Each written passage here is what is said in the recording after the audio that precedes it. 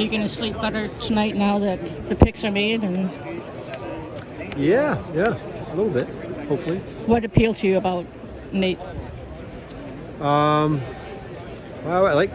we like all parts of his game. He's got pretty good size. He's a good skater. He's got good skills. He's a good two-way centerman. So, a lot to like about him, really. Just a solid all-around prospect. The fact that he was a captain at 17, what does that say?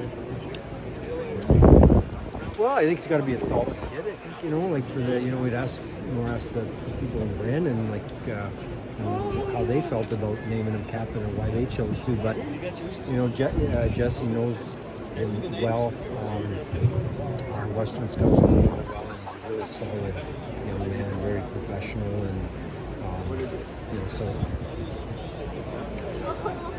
good people. We all want good people around us, and I think we find young men. With Axel, was the appeal there? I mean, you traded a right-handed, right-shot D-man, and you got one here at the draft. Yeah. Can you elaborate a little on what you liked about Axel?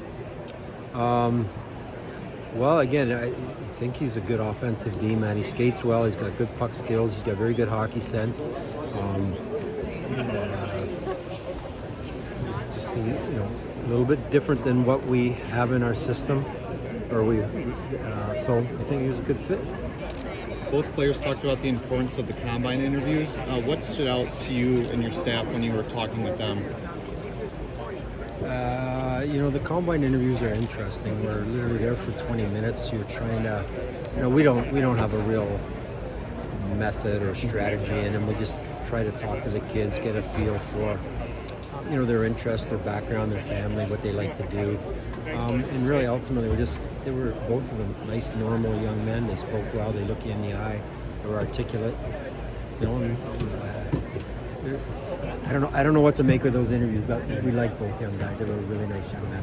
How much of a priority was it to get kind of like a classic power play quarterback defender for you guys? Something we don't really have, and we haven't really had. So,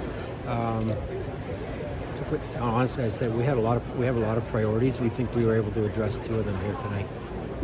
Did you come close to moving to having any movement as far as the picks? We had some discussions with teams with both picks, but ultimately we were, you even think about moving up, moving back with both, and see what. Obviously, we chose not to move up, and when our picks were coming up, the options to move back were interesting, but we had two particular players in each case that we wanted to use the pick on. I don't think Axel drove 15 hours to get here. Yeah, I heard that. Yeah, we had a lot of guys had trouble. Some of our staff, a lot of the kids. Nick Lidstrom, I didn't even make it. I think he got to New York City, and I think he's actually driving to Detroit, believe it or not. So, yeah, I know. The guys told me after Axel had a heck of a time getting here. Yeah, it speaks to his determination. He said he drove a lot of the way to himself, and he's only had his license for a month. Right. Well, he can drive too. That's a bonus.